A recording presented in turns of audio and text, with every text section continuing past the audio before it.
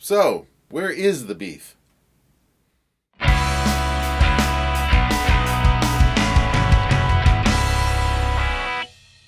Today I'm going to be talking about our trip to go get some infamous Japanese beef, otherwise known as Wagyu. Almost everybody's heard of Kobe beef and how great it is and how wonderful it is, and that in the US at least, and probably in Europe too, there have been a lot of instances of fake Kobe beef. But before we can get too far into that trip, I want to talk about what it is and what that means. So first, here is Wagyu, represented by this circle here.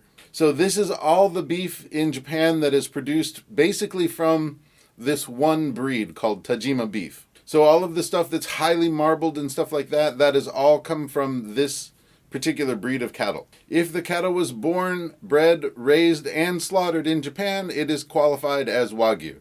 Now, there are a couple of places outside of Japan where the same line has been exported and raised. There's a couple of ranches in Australia and a couple of ranches in the US. And even though it is the same cow, it is technically Wagyu, but it wasn't raised in Japan. It wasn't fed using exactly the same food. Pretty close, but it's domestic Wagyu as opposed to Japanese Wagyu. And Wagyu, of course, means Japan and beef, or cattle. The Wa indicates Japan and could be read Yamato, and the Gyu is cattle or beef. Now, I don't raise cattle or anything like that, so I apologize for any errors. Tajima is one of several strains of a particular line that end up with that heavy marbling that you see throughout the steaks. And something about the heavy marbling changes the ratio of omega-3 and omega-6 fatty acids. And so there's a higher ratio of monounsaturated fats to saturated fats. Monounsaturated fats are easier to digest and not quite as bad for you as saturated fats, and definitely not as bad as trans fats. In this circle of Wagyu, there is a particular type of beef that is called Kobe beef. And this beef is born, raised, and slaughtered in the area of Kobe. And of course, that's broken down a little further. You can get Sanda beef, and if you're up in Shiga, you can get Omi beef. And all of these are basically a very similar style. They're really expensive, and you probably haven't had any if you haven't been in Japan. Mainly because since 2009, the number of these heads of cattle have been severely limited. Last year was about 5. So if you're in the US or in Europe, if you went to a random restaurant that said that they were serving Kobe beef, probably wasn't. In the US, right now, there's only one restaurant that has been certified by the Kobe Beef Association to serve Kobe beef, and that is in the Wynn restaurant in Las Vegas, Nevada. Now, you can find it in a couple other places, but probably that's not it. Now, there are a number of ways that you can tell whether it's Kobe beef or not, primarily by asking for the number and for certification of the cow. All of the cows that fall under the Wagyu seal, under the Wagyu Association, have a number. This was our cow's number. Now, for those of you who can read, there's information in there that I don't quite want out yet. Because Dad specifically requested Kobe beef, and my friend told me this place had great Kobe beef, and it was excellent Wagyu. So we went down to Osaka, to the area known as Kitashinchi, up by Umeda Station.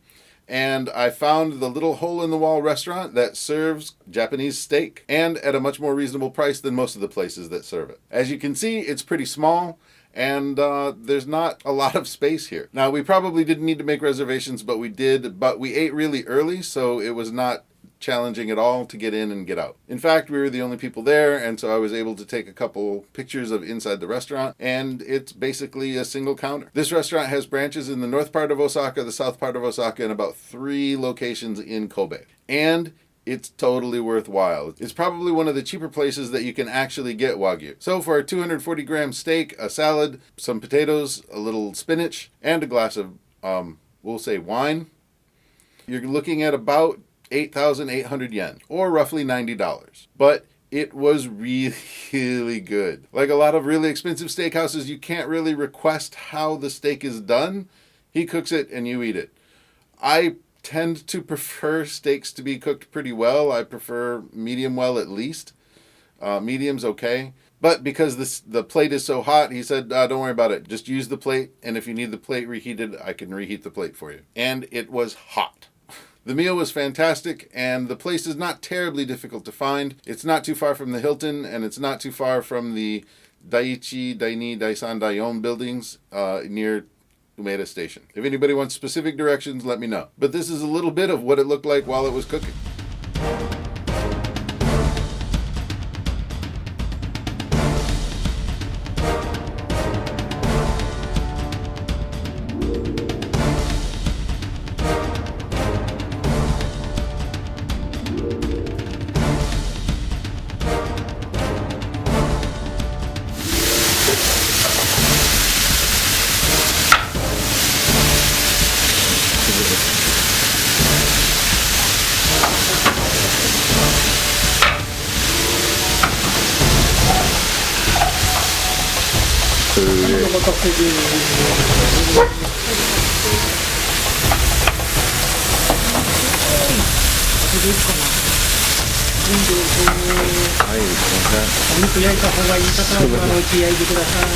So go ahead and just use the plate. It should be fine. If you need more, let them know.